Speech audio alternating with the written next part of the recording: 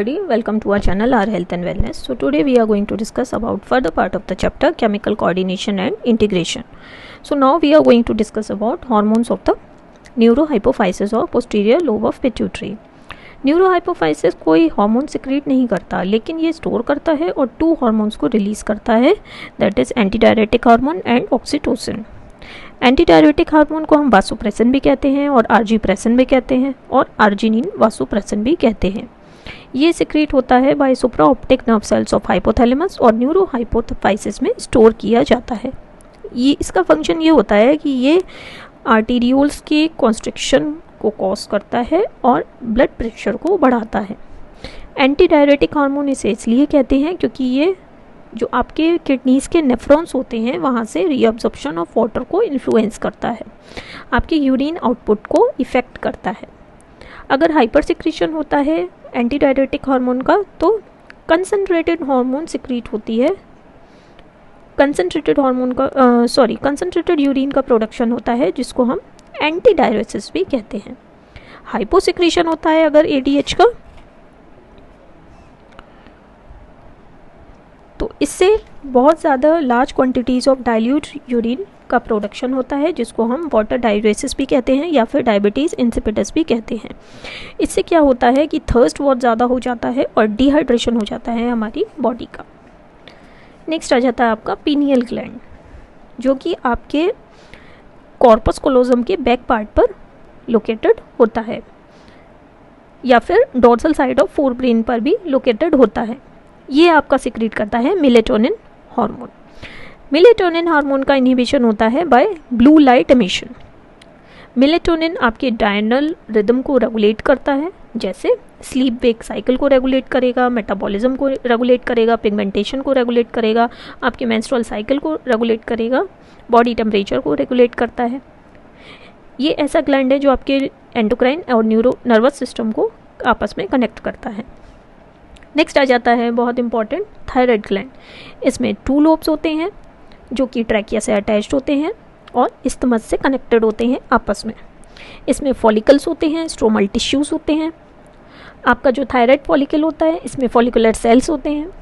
ये follicular sales 2 hormones को synthesise करते हैं, दैट इज थायरोक्सिन T4 और एंड ट्राईआयोडोथायरोनिन और T3. आयोडीन बहुत ज़रूरी है थायराइड की नॉर्मल फंक्शनिंग के लिए. अगर आयोडीन की डेफिशिएंसी रहती है तो उससे हाइपोथायराइडिज्म की कंडीशन हो सकती है और थायराइड ग्लैंड की इनलार्जमेंट हो जाती है जिसको हम कॉमनली गोइटर भी कहते हैं. हाइपोथायराइडिज्म अगर प्रेगनेंसी के टाइम पर हो जाती है तो बेबी की रिड्यूस्ड ग्रोथ होती है जिसको हम क्रेटिनिज्म भी कहते हैं, जिसमें एबनॉर्मल स्किन होती है, लो इंटेलिजेंस क्वेश्चन होता है, मेंटल रिटार्डेशन भी हो सकता है. एडल्ट वुमेन में अगर हाइपोथायराइडिज्म की कंडीशन होती है तो उससे मेंस्ट्रुअल साइकिल इर्रेगुलर हो जाती है. नेक्स्ट आ जाता है आपका पैराथायरॉयड ग्लैंड. ये 4 इन नंबर रहते हैं. 2 अपर होते हैं जिनको हम सुपीरियर पैराथायरॉयड ग्लैंड कहते हैं एंड 2 इन्फीरियर होते हैं नीचे की तरफ जिनको हम, या लोअर होते हैं जिनको हम इन्फीरियर पैराथायरॉयड ग्लैंड भी कहते हैं. ये एक चावल के दाने के साइज़ के होते हैं. पैराथायरॉयड हार्मोन एक पेप्टाइड हार्मोन को सिक्रीट करते हैं जिसको हम पैराथायरॉयड हार्मोन भी कहते हैं. इससे क्या होता है कि आपके ब्लड में कैल्शियम आयन लेवल्स बढ़ जाते हैं. ये बोन्स पर एक्ट करता है, बोन रिसॉर्प्शन को स्टिमुलेट करता है. पैराथायरॉयड हार्मोन आपके रीनल ट्यूब्यूल से कैल्शियम आयन के रीएब्जॉर्प्शन को भी स्टिमुलेट करता है. पैराथायरॉयड हार्मोन एक हाइपर कैल्सीमिक हार्मोन है और विटामिन डी बहुत ज़रूरी है कैल्शियम के एब्जॉर्प्शन के लिए. नेक्स्ट आ जाता है आपका thymus gland.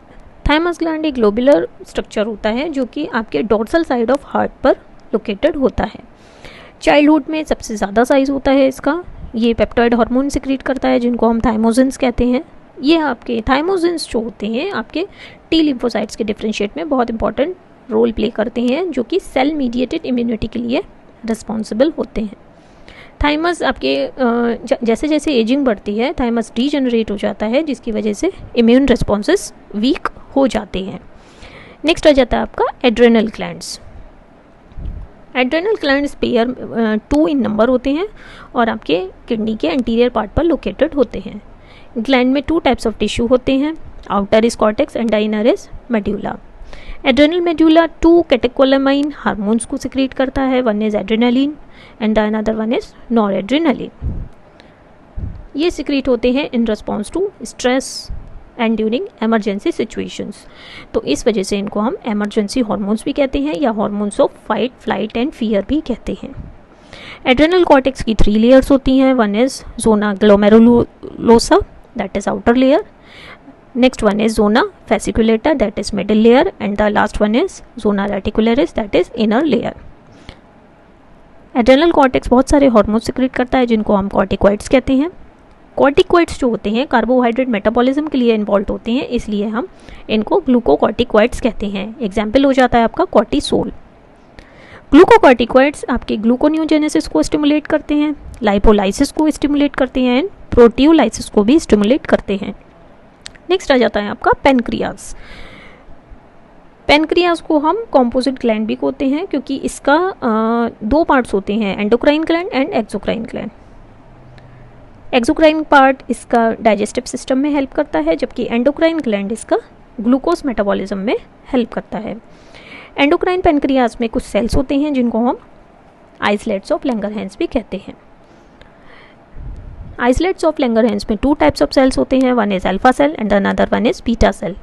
Alpha cell secrete करते हैं ग्लूकागोन जो कि एंटी इंसुलिन हार्मोन होता है जो कि ग्लूकोज लेवल्स को बढ़ाता है हमारे ब्लड में, जबकि beta cells of pancreas secrete करते हैं इंसुलिन जो कि एक एनाबॉलिक हार्मोन है और आपके ग्लूकोज लेवल्स को कम करता है ब्लड में। So that's all for the day, thank you so much.